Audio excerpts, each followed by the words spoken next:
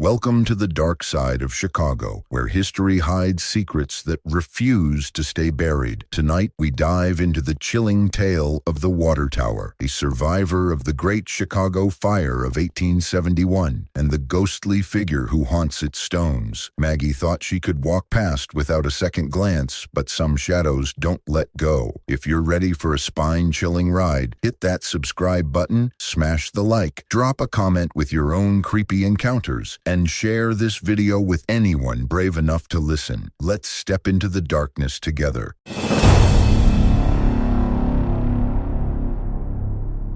The Chicago Water Tower loomed over Michigan Avenue, its Gothic spires clawing at the moonlit sky. It was October 1871, and the city was a tinderbox, the Great Chicago Fire swallowing homes and livelihoods in a roaring inferno. Most fled, but one man, nameless in the records, a shadow in history, stayed behind in the tower's stone heart, pumping water to stem the blaze. His hands trembled on the iron valves, sweat mixing with soot as the air grew thick with heat and screams. The fire was relentless, clawing closer, its glow painting the tower's limestone walls red. The man's eyes darted to the narrow staircase spiraling to the top floor. He'd heard the stories, how flames could trap a soul, burn it to ash, or worse, leave it to linger. He wouldn't let that happen. With the city crumbling, he climbed, his boots heavy on the creaking steps. At the top, where the wind howled through the tower's open arches, he found a rope coiled in the corner, left by some long-gone worker. His hands shook as he tied it to a beam, the knot tight, final. Better this than the fire's embrace. He stepped off the ledge, and the tower went silent. Now, over a century later, the water tower stands as a survivor, a tourist spot bathed in modern lights. But late at night, when the crowds thin and the wind carries a faint char, people see things. A flicker in the top floor windows, a silhouette swaying where no one should be. Some say it's him, the worker, still tethered to his choice, his shadow pacing the tower's peak, unable to leave the night he refused to burn. Locals walking by on chilly autumn evenings glance up and hurry past, swearing they hear a rope creak or feel a gaze from above. Tourists snap photos, oblivious, but later find a smudge in their shots, a shape that doesn't belong. The water tower keeps its secret standing proud, its stones whispering of a man who chose the noose over the flames, forever bound to the city he tried to save. The wind whipped through Chicago's magnificent mile, rattling the bare branches along Michigan Avenue. It was well past midnight, and the water tower stood like a sentinel, its limestone turrets glowing faintly under the city's electric hum. To the late-night joggers and cabbies, it was just a landmark, a relic of the 1871 fire that nearly erased Chicago. But to those who lingered too long, who dared to stare up at the tower's highest windows, it was something else, a place where time felt thin, where the air grew heavy with something unspoken. Maggie, a barista who worked the late shift at a nearby coffee shop, wasn't one for ghost stories. She'd grown up in the suburbs, rolling her eyes at her grandma's tales of haunted Chicago. But tonight, as she locked up and started her walk home, the water tower pulled her gaze. She'd passed it 1,000 times, but something about it felt off. The shadows in the upper windows seemed to shift, not like reflections of passing cars, but slower, deliberate. She shook it off, blaming the late hour and the October chill. Halfway across the street, a sound stopped her, a faint, rhythmic creak, like rope straining under weight. She froze, her breath catching as she looked up. The top window, high above the city's glow, was dark, but something moved inside. A shape, indistinct but human, swayed gently, as if caught in a breeze that didn't exist. Maggie's heart thudded. She told herself it was a trick of the light, maybe a maintenance worker or a curtain flapping. But the creaking grew louder, insistent, and the air felt thick, like she'd stepped into someone else's nightmare. She remembered the story her co-worker had whispered during a slow shift. The man in 1871, the one who stayed behind while the great fire devoured the city. He'd pumped water until the flames licked the tower's base, until hope ran dry. They said he climbed to the top, tied a rope, and ended it rather than burn. Maggie hadn't believed it. Chicago was full of tall tales. But now, standing under the tower's looming bulk, she felt watched. The creaking stopped, replaced by a low whisper, not words but a sound like sorrow itself, spilling from the stone. Her phone buzzed in her pocket, shattering the moment. She fumbled for it, hands shaking, and glanced back up. The window was empty, just a black